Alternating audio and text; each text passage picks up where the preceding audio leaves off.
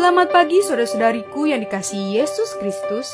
Kita bertemu lagi dalam tema agungnya, agama yang bersinar, dibawakan oleh Pendeta Adrison Ginting. Shalom umat Tuhan dimanapun berada, semoga kita dalam keadaan sehat saja.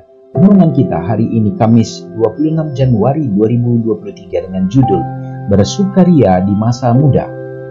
Ayatnya di dalam Pengkhotbah 11 ayat 9. Bersukarialah hai pemuda dalam kemudaanmu, biarlah hatimu bersuka pada masa mudamu, dan turutilah keinginan hatimu dan pandangan matamu. Tetapi ketahuilah bahwa karena segala hal ini, Allah akan membawa engkau ke pengadilan. Demikian kata orang bijak, ingatlah akan penciptamu pada masa mudamu.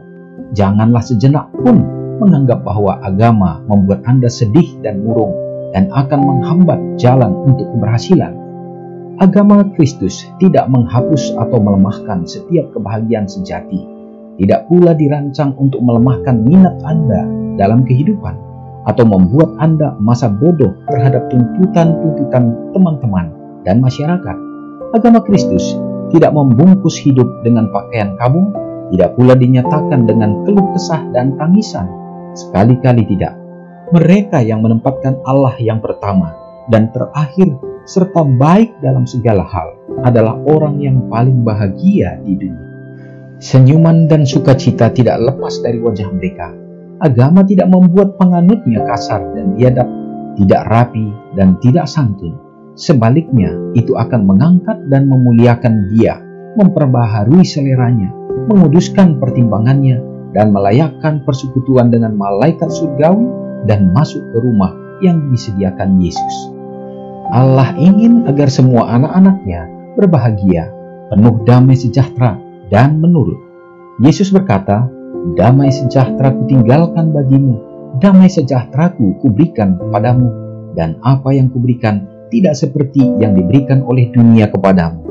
Janganlah gelisah dan gentar hatimu, dalam Yohanes 14 ayat 27.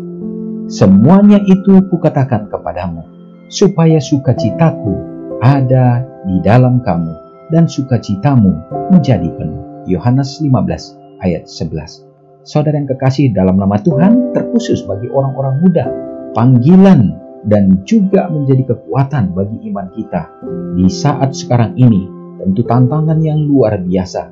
Tetapi firman ini menyatakan kepada kita, terkhusus bagi anak-anak muda, supaya kita mengingat bahwa waktu akan tetap berjalan dan proses penghidupan kita harus dipertanggungjawabkan. Tidak semata-mata bahwa semuanya akan dilupakan begitu saja, tapi sesungguhnya di ujung segala sesuatunya bahwa ada pengadilan Allah. Oleh karenanya, tentu kita bisa memilih untuk bersukaria di masa-masa kita dan memilih jalan-jalan hidup kita yang sesuai dengan kehendak kita. Tetapi harus diingat bahwa semua akan dipertanggungjawabkan di hadapan pengadilan Allah. Dan tentunya juga ini bagi orang-orang tua, bahwa kita juga harus menyadari hal yang demikian. Jangan sampai dengan segala keinginan-keinginan duniawi kita melupakan sesungguhnya tujuan iman kita yang sesungguhnya. Allah berharap melalui ibadah, melalui gerejanya, kita memperoleh damai sejahtera, bukan justru menjadi penghalang untuk kita bersukacita. Semoga kita berserah diri ke dalam tangannya dan biarkan Tuhan akan bekerja melalui hidup kita. Mari kita sama-sama berdoa. Maha besar Allah Bapa yang bertahta dalam kerajaan surga, kami memuji dan memuliakan Engkau ya Tuhan di saat kami kembali dibangunkan dari istirahat untuk dapat menikmati kehidupan yang Tuhan percayakan. Biarlah kiranya Bapa, hidup kami hanya dapat menjadi kemuliaan dan puji-pujian bagi-Mu saja. Terima kasih ya Tuhan, pekabaran firman yang kami peroleh dalam renungan ini sungguh menguatkan iman kami, bahwa kami harus menyadari kami memiliki tujuan kehidupan, tidak hanya sebatas duniawi ini, tetapi kami memiliki harapan di mana Tuhan akan memberikan kehidupan yang abadi, kehidupan yang kekal. Dan tentunya kami harus hidup menjadi anak-anak Tuhan, semakin disempurnakan dari hari ke hari. Terkhusus juga pekabaran ini jadi bahagian bagi orang-orang muda ya Bapak, anak-anak yang Engkau karuniakan di tengah kehidupan keluarga. supaya mereka dapat dituntun dan diarahkan. Oleh karena tantangan di akhir zaman ini, setan berusaha dengan berbagai hal, bahkan kemajuan teknologi dan ilmu pengetahuan, sehingga perhatian mereka yang semestinya tertuju kepada Tuhan dialihkan untuk ke perkara-perkara duniawi dan kesenangan-kesenangan yang membuat mereka semakin jauh daripadamu.